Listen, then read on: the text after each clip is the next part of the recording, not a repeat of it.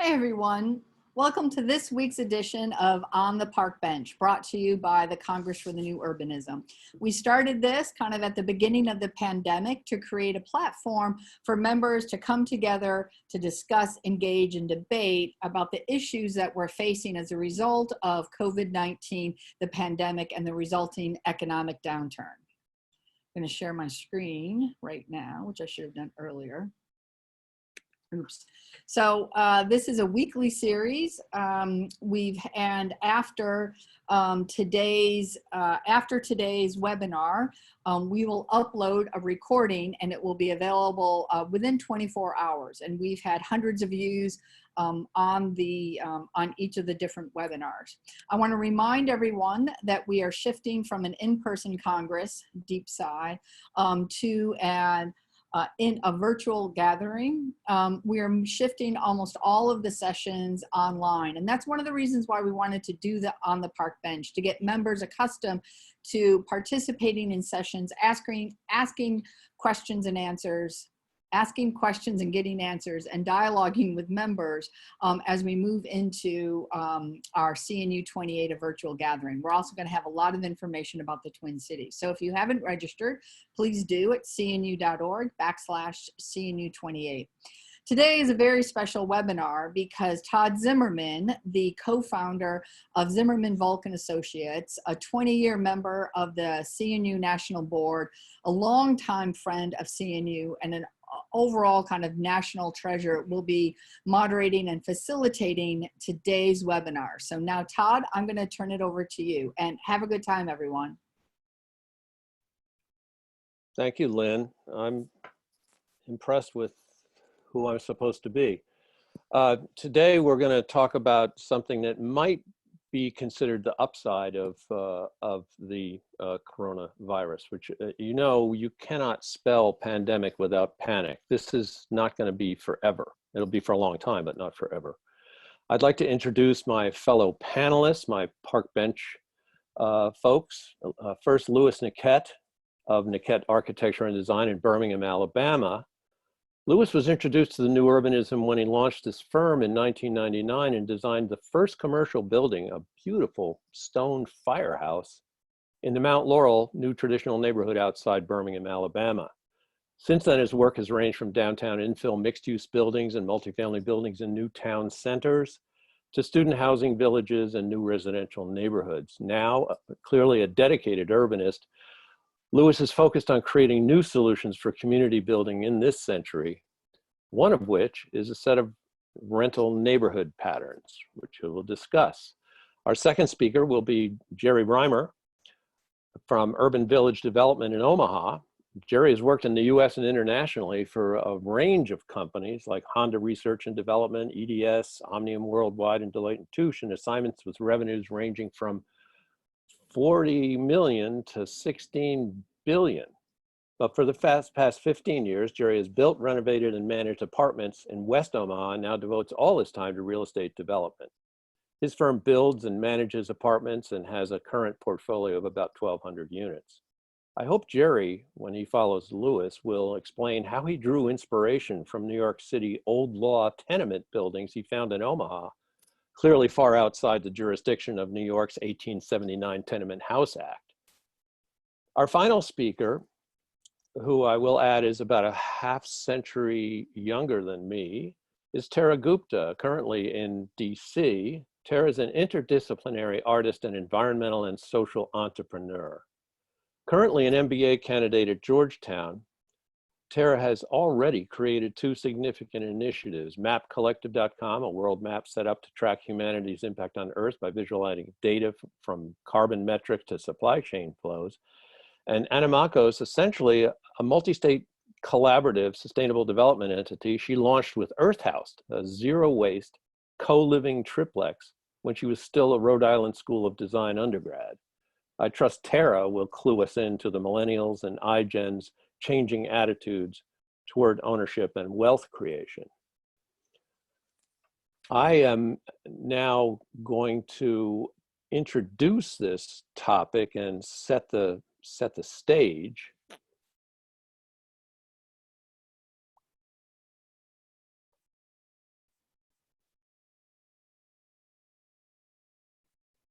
Sorry for the delay, but I am, being a half century younger than Tara, I'm having a challenge here sharing my screen.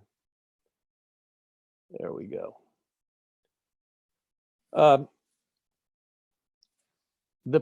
My belief is that the pandemic is accelerating existing trends. And you know that over history, the impossible becomes inevitable oftentimes. And now it's happening much more rapidly. Telemedicine, small practices all the way up to Medicare are learning quickly how to do this.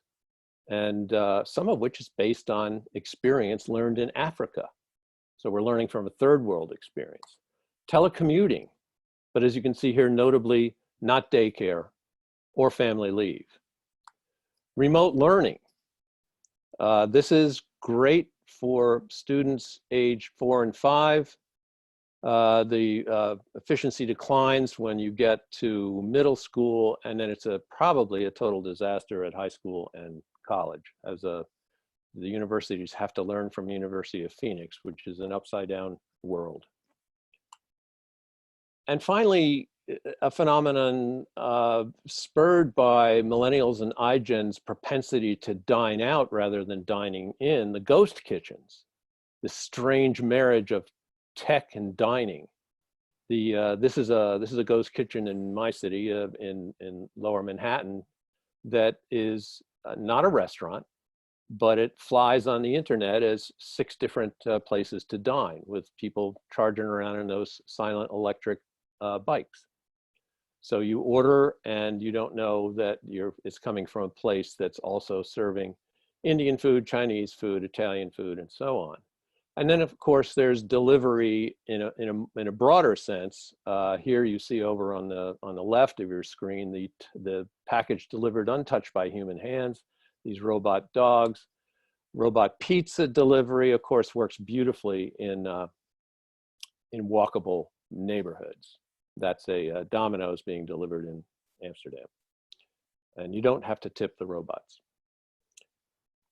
The one current trend I would question is the premise underlying this discussion. We had that peak of ownership just prior to the crash, fueled by subprime mortgages and liar loans. The nadir around 15 and 16, and then a slow rise, but we are still far from the norm, particularly first-time buyers. So I figured that we're moving from ownership to rentals, and I realized that a sea change from my generation, when we had music, we bought it on these big round things that are about a foot around. There may be some people out there that remember these. There are actually still being done for audiophiles, but they cost a fortune.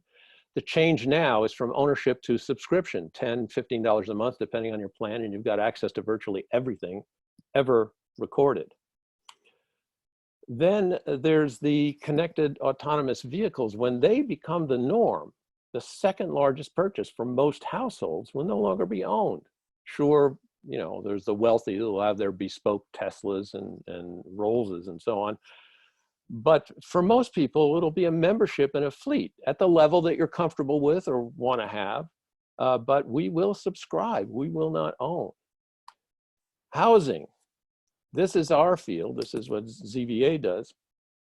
And for 2 decades now, we've been talking about the demographic imperative of these 2 largest generations, the boomers and the millennials, coming together in an age when a community and walkable neighborhoods from urban to village make perfect sense. This group now, we're seeing when they move down, sophisticated seniors or empty nest couples are renting as often as buying, because they have the discipline to move their capital into something that's much more liquid than housing equity. I could go on about this, but I don't have the time. But you'll see them not only in those empty nester units with all the crown molding and Ralph Lauren gizmos, but lofts as well. But the big story moving forward, if you look at this graph, these are millions of population by age, and millennials, the blue bar just goes on, and then the iGen catches up with them, and you see that Gen X, poor Gen X, and the boomers, of course, the gray bar just declines very steeply. These folks are the millennials, I think, are the weirdest generation, but I think iGen might be even stranger because they're the digital natives who were born to swipe and pinch and tap at a screen. Both entered or will enter a job market, but under the worst possible economies. Co-living, the unit that you actually live in is quite small. Then there's for true digital nomads, subscription housing. This is pod share, where you basically get a bunk bed and a flat screen, but it allows you to move from city to city right now on the West Coast in great neighborhoods for half the cost of a regular apartment. So rather than putting capital into housing, if we become a nation of renters, where does it go? Well, the change in investment options has been quite stunning, particularly the change in SEC Title III, which allows non-accredited accredited investors. This is the result, a quite striking one, I will say, called the Fair Hair Dumbbell by Guerrilla Development in Portland. And $1.5 million of its $18 million was raised via crowdfunding with a return of 8% over a 3 to 5 year term in $1,000 increments. That is better than the stock market before the crash.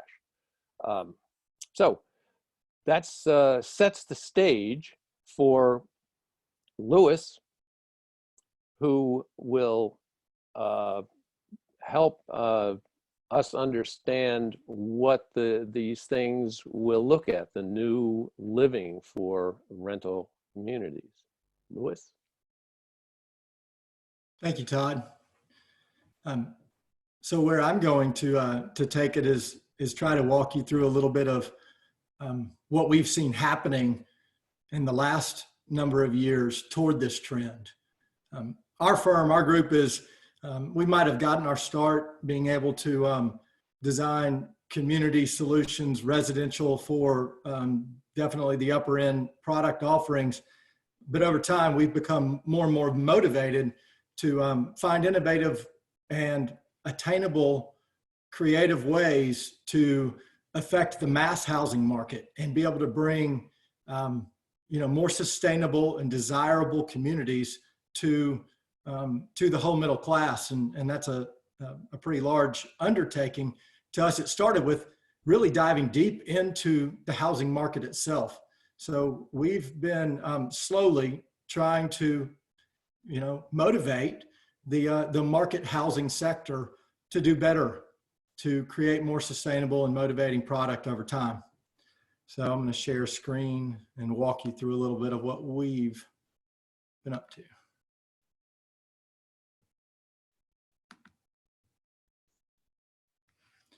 So where was the housing market headed pre-pandemic? And by the housing market, obviously, I'm talking the national housing picture, where hundreds of thousands of units or houses get built a year. We were seeing a definite move and have seen a definite move from the purchase towards the rental demands when it comes to the percentage of the overall marketplace. We've seen debt and the concern for financial stability driving a lot of this, especially in the younger generations. The savings isn't what it used to be. There's debt for student loans, and the down payments just are not there. And so that money is chosen to be spent a little differently. And that's driving the younger generations more and more towards the rental options. And then there's a desire for community and product choice. And that's not just the younger generation, but we're seeing that in the middle professional and middle class, as well as the empty nesters choosing to rent to be in a better location, something that motivates them because of its offering of amenities, not just on property, but within a walkable distance. And then the product choice heavily starts to come into play. And what we've seen is a definite transition in that product offering. And then to build off of what Todd was talking about, there's been a tremendous growth and focus on the experiences and the services. So the money is being spent on experience more than it's being put towards a savings with the motivation of that down payment. And so how are the developers, how have they been solving for that? In the last number of years, we've really seen a diversification of the marketplace. What happened after the downturn 10 years ago is single family rental product went from just being those randomly owned houses in the neighborhoods that were for rent that have always made up a significant portion of the rental pool to being valued at the institutional level. So now we are seeing developers really start to focus on single family residential as a rental community offering. And what's interesting about that is it starts to mix up the traditionally siloed marketplace of players. You have national builders who are now becoming home builders of rental product. And you have the market rate, traditional, whether it be garden apartment or urban apartment, multifamily developers learning how to build single family product. And you build that a little bit differently. What doesn't change is that to make it work and make it affordable for everyone in the marketplace, it has to meet the conditions of the pro forma, where predictability, flexibility, and efficiency start to drive that. So what have we been doing over the years? What's interesting is some of the single family product that's hitting the marketplace right now feels new to a large part of the market, but really we've been introducing it for over 10 years. We've been working with national developers on student housing destination cottage neighborhoods. And the focus there has been to honestly teach a younger generation the value of sitting on the front porch and meeting and learning and growing in a community. And if you really do the investigation, you'll find that there are many, many beds out there, many developments, and all the college campuses that have started already creating this experience. So what you get is a mix of product types, and these are all rental, whether they're 1 bedroom to 4 or 5 bedroom. And what you're seeing now is that being brought more and more into the single family marketplace. So this is a product and a project in Huntsville, Alabama that is just now broken ground, where our goal was to take what we've learned in the past, start to adapt it to the financial parameters that the developers demand today, which are right now they're mimicking a traditional apartment complex with mostly 1s and 2 bedrooms and a smattering of 3s. And we're trying to create a walkable planned neighborhood community that's an extension of the grid of the local neighborhood as much as possible. We're still seeing solutions that are the destination product like a garden apartment, but over time, we're going to see this product type start to blend with some of the other product type. And to mirror that single family marketplace, what we're also seeing is a diversification of the missing middle type of product. This is the master plan that I think that Rob was trying to get to come up on his slideshow last week with Pinewood Forest. So I thought I'd show the master plan. The whole town center is rental product, but instead of it being this incremental slow growth product that happens in a boutique form, we wanted to try and create rental product that met the market. Now this is a greenfield development, but we were able to bring a diversification of product types from 4-story mixed use to 3-story walk-ups and a handful of creative products in between. And that's underway right now, starting to create a whole different, collection of product offerings to create town centers in a very quick execution path built by market rate developers. So the more we can make this work in the financial process of the marketplace, the more we can bring better living solutions and opportunities.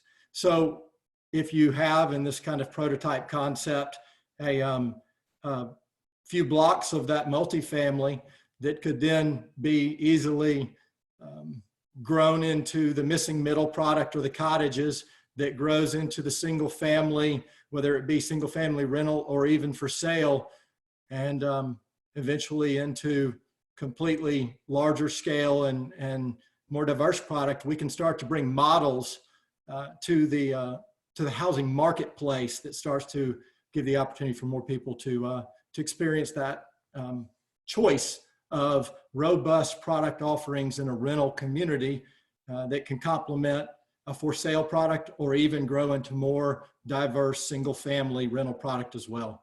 And then I'll leave with this, just a few quick thoughts that might flow into the Q&A. But really the question then becomes is how are all these trends motivated by where we're going? And I'll admit we're very early into this. I think we have quite a bit more to learn and be impacted by. But the early indicators, obviously, that we're seeing being responded to quickly are the work from home. That's going to affect so many aspects of how we live, the mobility and the demand for what we want in our product type and in what we want in our town centers. This notion of the 15-minute city, that within a 15-minute or 20-minute walking radius, you're even seeing Mayor of Paris proposing this. You're seeing roads converted to all pedestrian way, 20 miles of them in Milan and Seattle. And then this nesting idea that the people around me are the people I trust. What will that commitment look like to my community and my space, and how does that mesh into the rental? And then the opposite of the product is the service. Seeing home as a service where it starts to get bundled and you start to see more robust offerings and needs, not just amenities that are luxury, but core living needs wrapped around the rental offering will start to motivate people to rent based on the services as much or more as the sticks and bricks. And then that digital infrastructure will start to allow us to collect the data to provide more security and safety in those communities. And then a focus on experience, which allows people to feel more rewarded for the choices they make, will also lead to community building and a dedication to the places they choose. And then to show you a wonderful example of this, I'm going to pass it off to Jerry, and he'll show you how this rental product can all come together as well.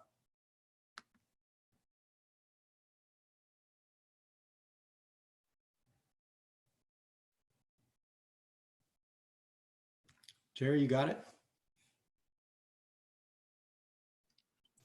Jerry, you need to. Okay, I've got it now. Thank you, Louis. I have to say I find myself nearly giddy with enthusiasm and excitement as I see and listen to what you have communicated there. Anyway, well, I think you're spot on. I'm going to spend a little time today trying to tie together home ownership, dumbbell units, and some inspiration that we drew from them. I think your product choice concept is right on. And then we are especially also looking for agility, which I think actually the product and what you've described really also fits into a lot of agility. As a little bit of background, I consider myself an apartment guy. When I was 8 years old, my parents inherited $500 and they bought a 4-unit apartment building. We were the maintenance people, the leasing people, and we got paid in pizza. And I didn't know that there were actually property management companies and asset managers and all these fancy titles to do those things. That was just what we did in our family. Growing up, I wanted to get into apartments, but I was told that it took a lot of down payment money. So the long and the short of it is I became an expat and studied in Japan, ultimately worked in Japan. And I would save my paycheck every 2 weeks and I sent it back to Omaha, Nebraska. And I started buying duplexes, fourplexes. Basically, I got about 80 units of missing middle product. I didn't even, I didn't study urban design or anything. I didn't know what it was called. I just knew that that's what my mom and dad did. So as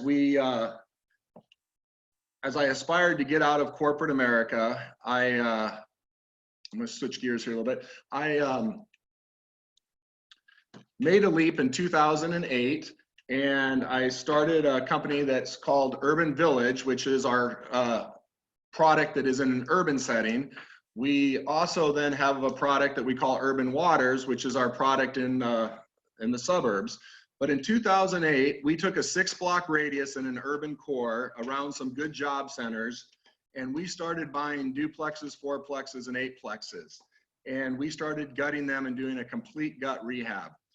Again, at the time, I didn't even know it was called missing middle. I was trying to, a large suburban complex would have, 200, 300 units on 15 acres, which technically means you could get from the clubhouse to every unit in 3 to 5 minutes in the golf cart. So I thought if I had, 300 or 400 units in an urban setting within 3 to 5 minutes by a car, I could get the same efficiencies of building a new apartment complex in the suburbs. So as we remodeled, we put in all the standard, the same appliances, same dishwashers, HVAC, roofs, windows, so that we would get the typical economies of scale of a garden style developer. As we all know, doing urban development is hard. It's tedious at times. And at some point I got a little worn out by it. And so I decided I was going to take a break. And I was going to go build a 200-unit garden-style complex in the suburbs to rest. And as I did that, I also found myself bored. And I started coming in terms with these concepts of missing middle. And I'm like, wait a minute, I own a bunch of missing middle. For example, here is a building that we own. And as I started to study, I learned that the first building code ever for apartments was a tuberculosis window. There had been a tuberculosis outbreak, I believe, in New York. They issued a national RFP, said we need to redesign buildings to bring windows and fresh air. And ultimately what they came up with was the dumbbell building. And I realized, oh my gosh, I own a dumbbell building. And then I remembered on my Deloitte consulting days, they always used to train us to be careful when companies used legacy assumptions. And they don't even remember or know what the fundamental assumptions were that led to the practices that we do in business today. So I had always thought that apartments had been cut and paste, garden style apartments, with the advent of the computers. And I suddenly realized, oh my gosh, we've been cutting and pasting apartment designs since the 1800s. And any designer would design to try to solve constraints. And so I realized there must have been constraints in Manhattan that didn't exist in Nebraska, but we cut and paste the building into the prairie of Nebraska. So where are we doing that today? And that's real. I really started studying this project that I have here out in West Omaha, comparing it to the missing middle product. And I was like, how can we make missing middle repeatable, sustainable? I wanted to really look for a model that we've been copying and pasting garden style apartments all over our community for 50 years. So I thought, how could we create the new model that would be cut and pasted for the next 50 years? And one of my goals was to reintegrate society by reintegrating housing. And I believe we've segmented our housing in so many pieces that we've actually disintegrated our society. And what we have found with Prairie Queen here, which is our missing middle product, which is master planned for 650 units. It's all for rent. We don't want the product to be commoditized like the industry has done. So much to Lewis's point, we need a lot of product variety. So we have 1 bedrooms, 2 bedrooms, 3 bedrooms, 4 bedrooms, townhomes. We have amenities, all the way from the basic to sub-zero refrigerators. I believe as the trend to more rental does increase, one of the reasons that will increase is because we'll have more product choice, more product amenity. There are plenty of people that have nice homes, and if they lived in an apartment, they might not be able to consume at the same level of amenity and finish. And so we're trying to provide that at our project here in Omaha. And one of the things we've learned is we actually have rents here that range from $1,000 to $3,000. So we have a little old lady in a $1,000 unit, lives across from a $2,000 tenant, and the lady thinks she's rich because she now has rich neighbors because they pay twice as much as her. And we've seen the integration of ages, we've seen the integration of demographics, financial integration, and so anyway, it's been a fun, exciting experience, and we've learned a lot from it. And I really think, Lewis, as I listen to all of your research, we may have been more of a ready, fire, aim kind of guy, but you give me some validation that maybe we were firing at least in a general direction that made sense. And with that, I will turn it over to Ms. Gupta. Thanks, Jerry. So, hi, I'm Tara, and I, just to introduce myself as well, I I have founded basically 2 organizations, and they're focused on urbanism and really understanding sustainability on a global scale. So I'm just going to talk about shifting towards the future and understanding how to contextualize the desires of millennials as well as Gen Z in this era that is changing so rapidly. So just to look at the end of ownership and the culture of subscriptions, which is something that I've reflected in my own work at Anamakos, and really focusing on community, then I think we're seeing a lot more of the subscription to not even just place, but also the promise of place. So more ideology and culture. So just to take us through this journey, we'll look at some icons from each of these generations. So Mark Zuckerberg's pretty much a huge icon, right, of a millennial generation and represents this sharing and social culture. And Greta is a newer icon of Gen Z. So she really represents like a lot of the different qualities of Gen Z, which are more oriented towards like this apocalyptic fear, anxiety, already experiencing tech and everything and already growing up in that culture and wanting more of like a disaster-proof culture and different models that exemplify that, which I think we haven't really seen much of yet. We've seen more of the co-living side of things in housing, but I think we'll see more of this emerging just because of the current trends of things. So this is basically the landscape of what's already going on in terms of millennials and the organizations that millennials have started off with. So there's definitely mobility in housing, social models, and remote models, which now are accelerated by COVID. So a lot of that is focused on, okay, how do we have mobility while still allowing people to co-live and co-work remotely? And how do we still create natural moments of social interaction?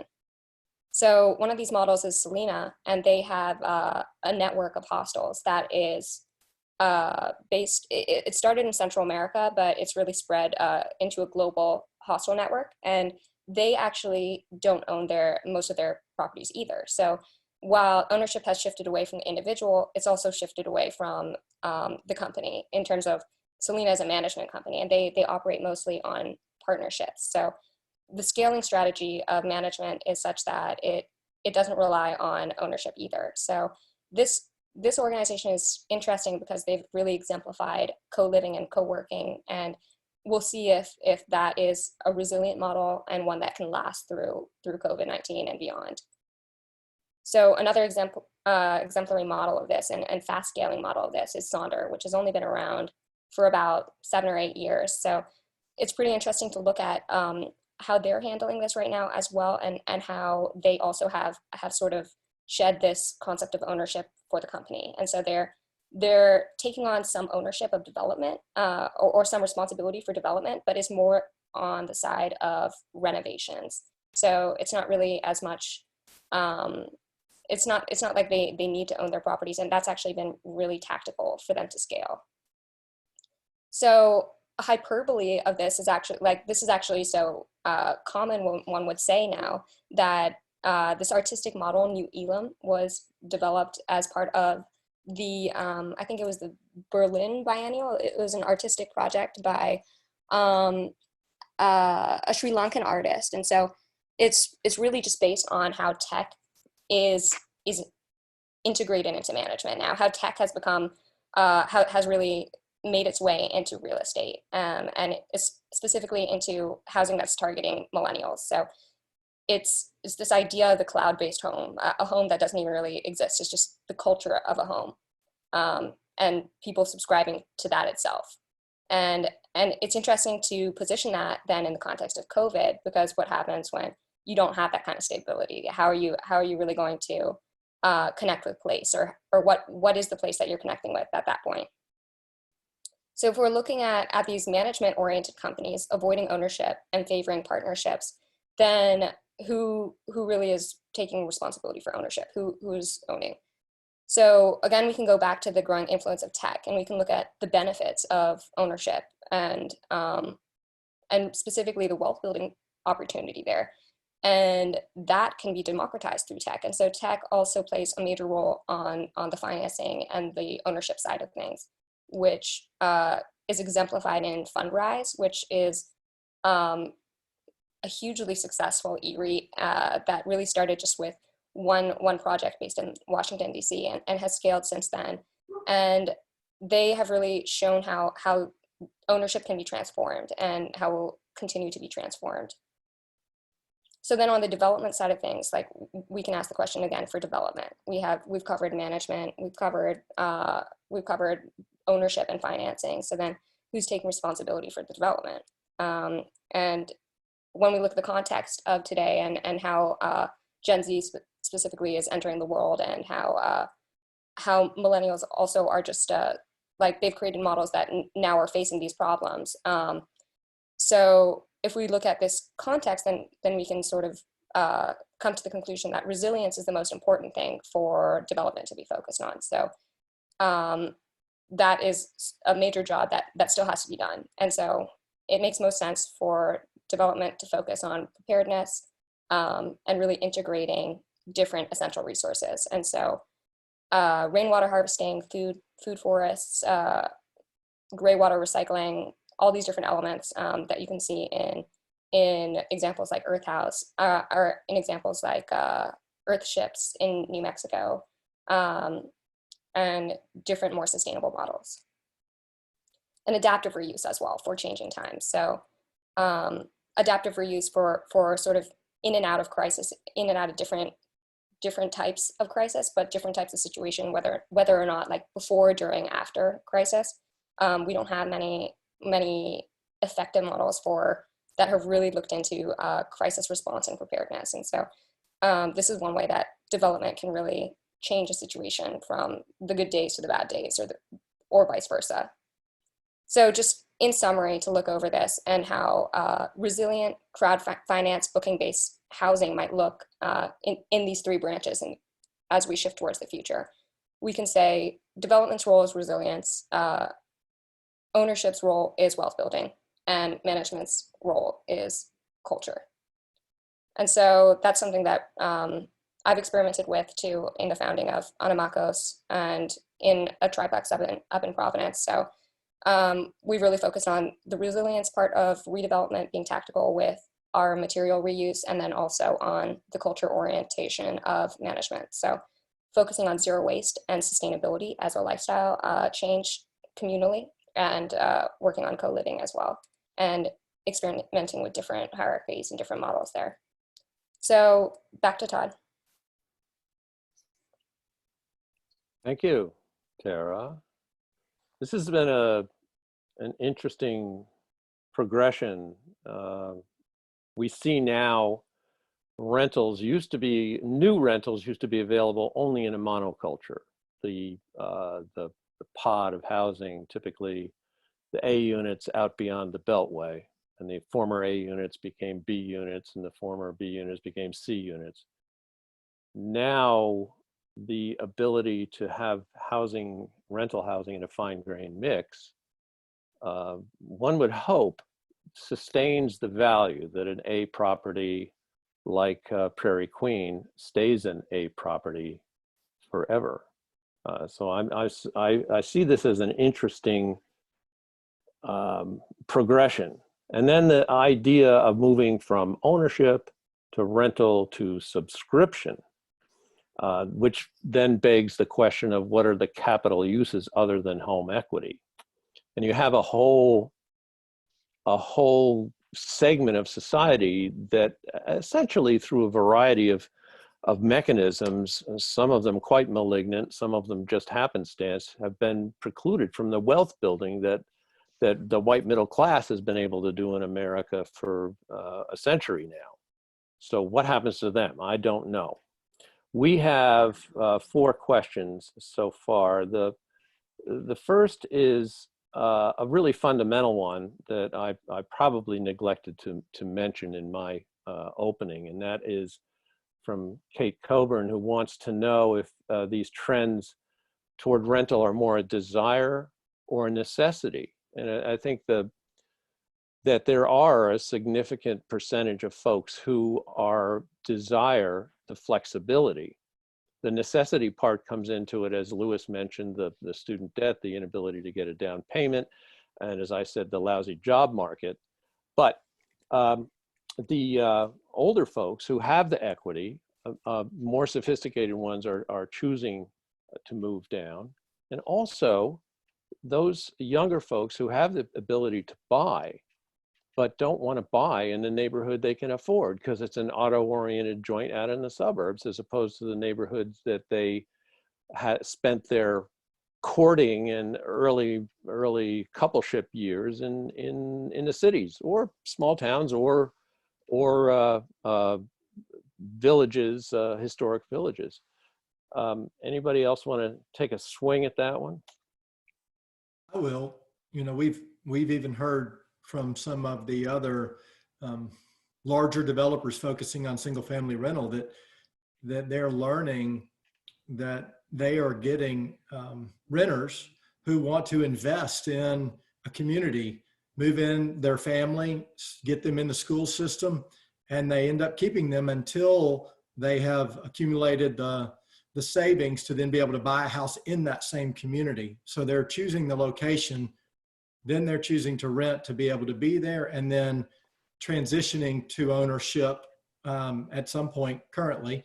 And that's much more desirable than bouncing around communities all over a metropolitan area. Do the developers have a model? The owner managers have a model that allows for transitioning from renting to owning in place? No, but that's we're working with another large national developer on being able to put these communities in their larger communities where they would basically be offering that transition opportunity to occur. So it's interesting, the large national home building developers are interested in having the single family rental product close by for that exact reason. I certainly do think people are choosing by choice. You know, here in the Midwest, I think there's a very conservative stance on housing. And as an apartment guy, one of the questions I've heard almost my whole life is, why would somebody want to pay that kind of rent if they can own a house? And I think what the most fascinating thing here at our Bungalows on the Lake development, we have mature demographics that are choosing to sell their house, and their houses are paid for. And the best thing about their house being paid for is they now realize their house isn't free, even when it's paid for. They're like, oh my gosh, it cost me $1,000 a month to own my house and it's paid for. Now, if I invested the $200,000 that I could get from selling my house and I get 5%, wait a minute, Jerry, I can rent this beautiful place from you for the same amount of money. And they're learning that, you know, a paid for house isn't a free house. And until they actually experience that, I sometimes think it's difficult to get people to understand that, hey, your house payment is only about 60% of the cost of owning that house. Mm-hmm. And I would say it fits well into the trends of how, I would say it's desire oriented too, but it fits well into the trends of how we're sort of moving into hyper-capitalism and also somewhat socialism. And so thinking differently about wealth building and thinking differently about how you maintain quality of life and a good lifestyle. And so I think it's not as logical for an individual to invest in that huge expense, but it is for companies. Doug Kelbaugh, CNU fellow, asks, and a champion of sustainable development, asks why single-family detached with tiny side yards, and reading from him, minimum light and utility, when making them townhouses would save energy and materials. Well, we're developing communities that offer both. What I completely agree with is the future is a full transect of offerings, because they're going to be able to be provided at different costs and allow people to start a place, invest in it, and stay there. The single family detached is the most desirable solution. What's interesting is then you start to get into cost and code, and when you start to create a horizontal community of single family product, it's still considered an apartment complex because it's not platted properties, and every municipality interprets the townhouse rule differently. Half of them, we have to sprinkle that. Other half, it's a single family residence, and that has a tremendous cost impact. So that townhouse could actually cost more to build and more to rent than the single family product in some locations. So it's navigating all these different, channels. I agree with everything Lewis has said there. And there's something else that comes to mind for me as kind of a market guy, and it's choice. And my values and someone else's values may in fact have, differences. And so I really believe having a variety of product that meets and achieves, different people honoring their personal beliefs and core values is a good market solution. In a related thing, Ron Bednar asks, the codes, what kind of, are you working in local jurisdictions that have already reformed their codes, their zoning codes? In my case, absolutely not. I mean, we are old school in the Midwest, and we will be the last to change. I think we have become a master of understanding the codes and the exceptions in the codes. So for example, to Lewis's earlier part, we actually have taken Prairie Queen and we subdivided it, even though it's an apartment community, so that we have multiple small lots. That allows me then to put two buildings really close together and call them one building. And then I get around the fire code that says they have to be, 10 feet apart or 5 feet on side yards and so forth. It also gives us agility to go and put smaller pieces of the project out to permanent financing earlier so we can reduce our risk. In my previous projects, I have a 90 unit building at that 1010 site that I showed here earlier. And, in the middle of you're not done until all 90 units have a certificate of occupancy. In the case of our bungalows on the lake, I'm doing a 90 unit phase, but 1 week we get 10 units CO'd, 2 weeks later I get another 8 units CO'd, 2 weeks we get another 8 units CO'd. So we can actually match our absorption to our production and significantly reduce our interest carry cost. And it gives us a lot more agility. If they would have done a shelter in place in Nebraska, on my project right now, my interest carry is $80,000 a month. If they tell me I can't lease a unit, I can't move somebody in, it would be, I wouldn't last very long, guys. And in the case of Prairie Queen, we had already pre-leased units, moved them in, so we weren't delivering 90 in one chunk. So I actually believe the missing middle is proving to be very agile and developer friendly in the newfound risks that may exist in a pandemic type society.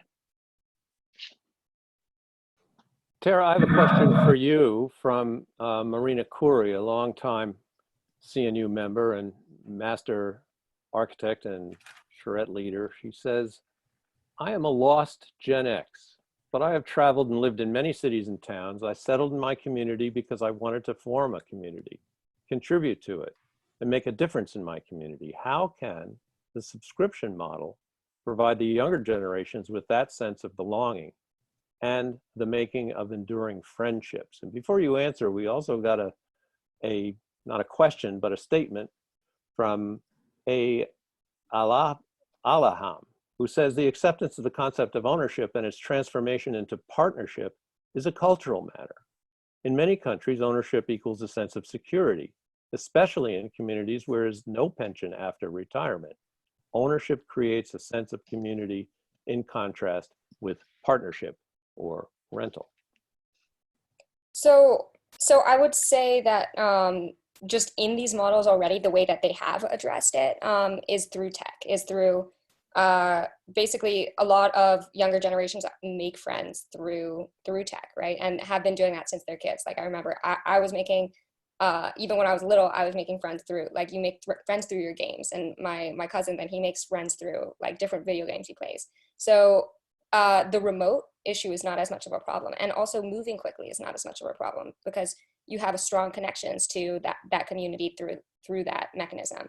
But at the same time, it's hard to replace that, replace those physical connections But I think people are also, I mean, younger generations are also so used to communicating through tech that it's almost isolating to take the tech away, or it's also almost easier to make friends through tech than by sitting right next to somebody. Like there's the culture of Tinder, right? Which is complete. It doesn't make any sense if you can go to a bar. But at the same time, people use Tinder way more often than they will go to a bar and try to pick somebody up. So it's just also what people have grown up with, and then I think how the younger generation has already been trained to build community. So this flies in the face of the thing that we're those of us who want mixed tenure neighborhoods and mixed income neighborhoods and mixed use neighborhoods, flies in face of the issue of, well, you know, if they live here, our housing values are going to go down. In that vein, Laura Spina asks, in many of our established neighborhoods, homeowners don't want rental housing because they view renters as transient people who won't care about the neighborhood and won't become invested in the neighborhood's needs and culture. It sounds as if these trends are validating those fears. How can we convince homeowners that rental units won't be detrimental? I know the answer, but go ahead. Well, I've got a view on this. We're going to do it backwards. And as I listen to Lewis, it just gets easier in my mind. You know, it's easy for me to go build an apartment complex. I believe we're proving that this missing model in scale can create social bridges through, you know, kind of economic diversity, product diversity. And I think the next step for me will be to actually add a product type as far as for sale. So I could, as the apartment developer, go start putting some single family homes into my development. I could have them be separate legal descriptions. I could rent them. Fine, I don't mind. It's one more unit in my portfolio. But then if the market chooses to vote with their checkbook, they can come and now buy the house. So in fact, it'll be single family owners choosing to live with the apartment people, and over time that will reintegrate our neighborhoods, and single family owners will have a choice to do that, because right now, frankly, there might be a single family owner who would accept that, but development doesn't allow it, city code doesn't allow it, appraisers don't allow it. There's all kinds of structural impediments to, you know, reintegrating our society via our housing. And, you know, I think when we go look at the, you know, the Color of Law book, it really shows, I mean, there has been institutional efforts to segregate our housing, and it's been structurally successful. So again, let's go use housing and reintegrate housing, and we'll create the conditions to reintegrate social bridges and reintegrate society. 'Twas ever thus. From the beginning of CNU, everything we wanted to do, particularly de novo, greenfields development, was illegal. And even the stuff we're doing infill is illegal. So it's still illegal 30 years on. It's amazing. I'm seeing with what I'm doing and what Lewis is selling, we can go find a sweet spot here. I'm excited. I have a couple of technical questions. Zach Lofton asks, for Lewis in particular, he loves the perimeter blocks. Do developers see that as a concession, since from his perspective, the interior isn't revenue generating space? And if so, how do you convince them otherwise? I guess from that question, what I'm interpreting it to be asking is, by putting the product around the perimeter and putting the parking, or maybe not a green space in the middle or something, maybe it starts to devalue that center. What we've been able to do slowly but surely is quantify the differentiator in the marketplace to their bottom line, to their rent, to their ability to sell the project down the road, when they create walkable streetscape in the product. And putting the product on the perimeter and hiding the parking is what does that. What's amazing is it's a dynamic formula, because you have to manage the size of those blocks so that you're solving the problem with surface parking if you're in a region that has a comp of rents that can only support that kind of a solution. You can't force one solution into every problem, because the price points are different. And then maybe just to piggyback on the previous conversation, one thing we're seeing is that if that person who rents the house buys a product or a house in their own community, the people that they were afraid of is them. And so that starts to show a path of acceptance and understanding. The second idea and opportunity that I've even heard come out of pandemic discussions, Andres was talking about this on an NTBA call the other night, was a movement towards compound lot solutions, which I think is intriguing. It starts to create that idea of nesting within a known group of people and having multiple dwelling units on a single piece of property. I do think we're in for yet another code battle, zoning hack challenge. Maybe a complementary approach that starts to mix what I'm even seeing Jerry do is that if you buy a house, maybe there's an opportunity for you to own a few of the multifamily units in your own community. So instead of having to have an ADU on your own site, your ADU is in town center. Maybe instead of a compound, you own a small missing middle 4-pack or 6-pack. Why does it have to be on the same piece of property? Why can't it be in the same community and start to offer the diversity? And then that ownership is not passed around from REIT to REIT and the management company from management company. And it's the management companies in my mind that undermine the future value and that create the fear over time, because it creates a different selection process for the renters. And not to mention the appraisers, but the corollary to what you're suggesting is what the SEC change allows for crowdfunding, that you could take a portion of your investment money, your IRA or whatever, and put it into your neighborhood. You can put it into your own neighborhood at any level. Go ahead, Jerry. Well, and we can protect those values through covenants, tools that are already in place for single family neighborhoods. We can put in place for the type of neighborhood that Lewis is and make these accomplishments. Another thing I just want to share with you, Lewis, I think, when I hear that perimeter blocks and what I saw you put up, I think there's this notion of the density out on the higher perimeter. And one of the things I have really challenged myself to, and I think we've been successful, I own about 1,000 apartment units, and some of them are your standard 3-story garden style apartments. I built them. I'm my own general contractor, so I know the cost very well. I have been able, with Prairie Queen, the missing middle, to build a cost competitive product with comparative and in some cases higher density than a typical 3-story garden apartment. And so the notion that we even need the density on the perimeter in the form of these 3-story apartment buildings or podium, garages, I actually think there's some ability to challenge that and have some additional flexibility and integration again, and not need so much institutionally sized residential product within a community. Absolutely. That's the whole notion of nature really doesn't like a monoculture. Right. We're moving away from monoculture. That's been one of the issues that has driven CNU. To that, I have two more things before we leave. And I think, Tara, maybe you could address this, be the first to address this, from Lynn Richards, who asked, she wanted to ask about SROs, single room occupancies. Eli Spivak, a CNU developer in Portland, has been very successful developing SROs with about 10 rooms. And she suggests it could be a successful model in a social distancing era, which I would say a social distancing era has maybe 36 months life left and then it'll be gone, history. But nevertheless, your bubble becomes your neighborhood. SROs, Tara, or anybody else?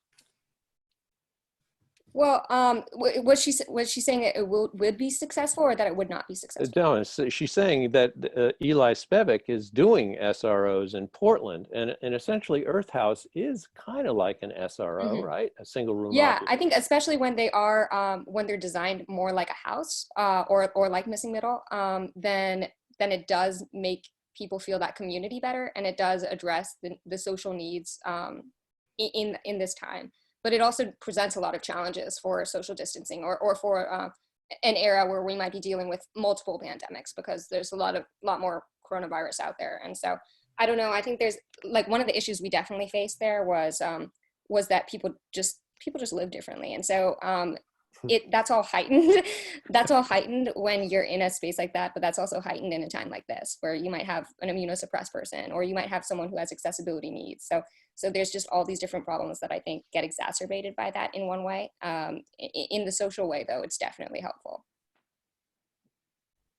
A final question, or actually a query from Doug Kelbaugh, who I guess liked our answer to his question. He said, I'll repeat this with emphasis, that you four have been very articulate. Any final thoughts about the biggest challenges ahead? I'll start, and then we'll go in the order that we spoke. I think the biggest challenges are really is the whole affordability and community issue. I mean, we've got some near-term challenges of debunking the idea that density kills people, and it'll be like I said, 36 months, 48 months, and we'll, as a community, will have forgotten this. There'll be something else to outrage us.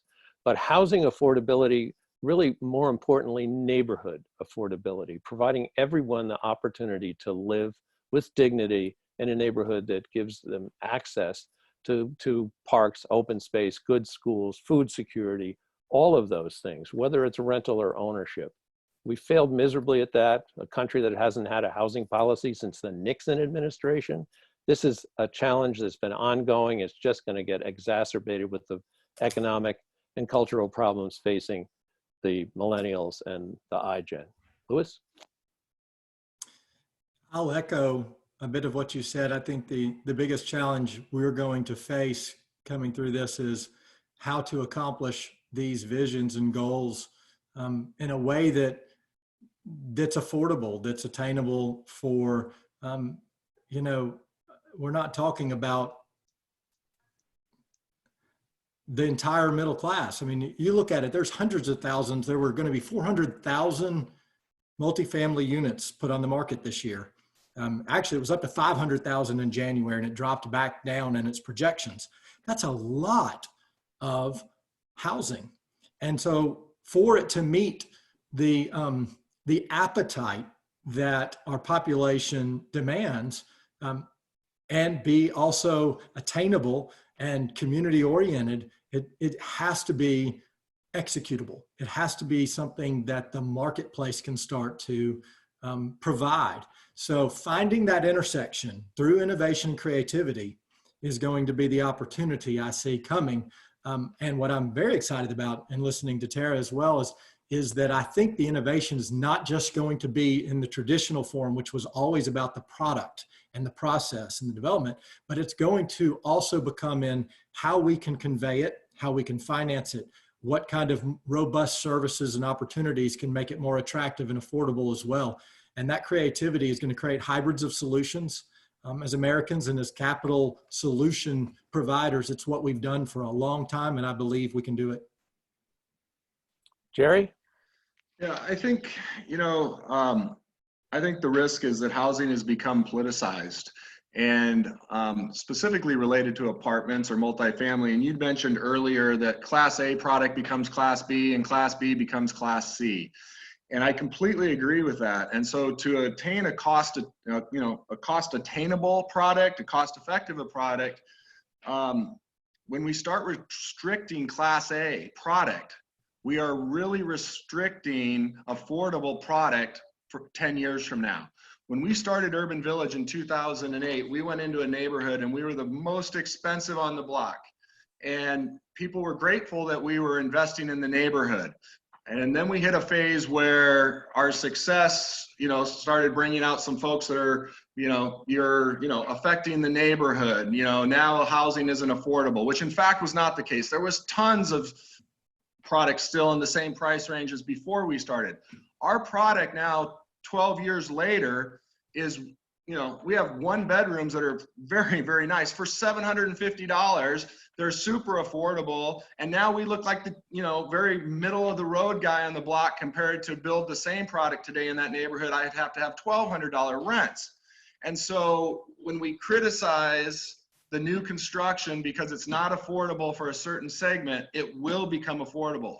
And, I don't, a 2x4 costs what a 2x4 costs. And I can't rent a 2x4 for the same price in Nebraska as somebody can in Manhattan. So I'm already struggling because I have to pay the same product prices and I don't get the same rents. So, you know, I certainly get the struggle.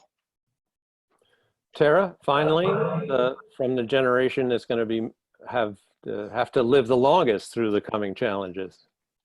I would say, like, I think affordability is key, but I also think that the biggest challenge might be that that we just don't have enough disaster-proof models, or that we are really dealing with an oncoming onslaught of just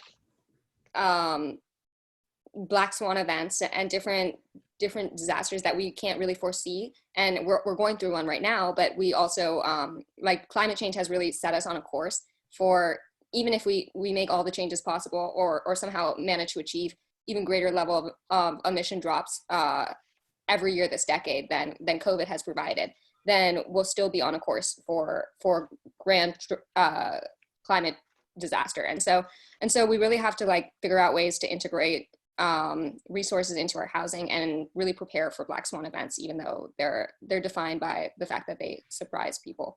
But I think that also plays into affordability, because then the people who are the most vulnerable, who we see actually passing now during this era, are the ones who don't have access to proper resources or proper housing. 'Twas always thus. Well, thank you, Louis. Thank you, Jerry. Thank you, Tara. I learned something, and I was skeptical that we could have a genuine conversation, but we pulled it off at the end. So thanks so much. And now I've been asked to talk about next week's park bench. And maybe there's going to be a slide coming up, I don't know. But next Tuesday at noon, East Coast time, the 8th edition of On the Park Bench will feature Megan O'Hara, Eric Waster, Marina Corey, who appeared today as a lost Gen Xer, and Matthew Petty will discuss how city building work has evolved and how they're adapting their practices in response to the sudden change from business as usual. And of course, as Lynn said in the beginning, I can't ring off without saying that if you haven't already done so, be sure to register for CNU 28, a virtual gathering. CNU members from all over the world, we don't have travel restrictions, don't apply to the internet. It'll be a unique experience with more than 50 thought-provoking sessions, plenaries, in-depth discussions with Q&A like we had today, social gatherings, and even a number of pre-Congress events. So please join us as we gather together virtually for CNU 28. And if there's nothing else, au revoir.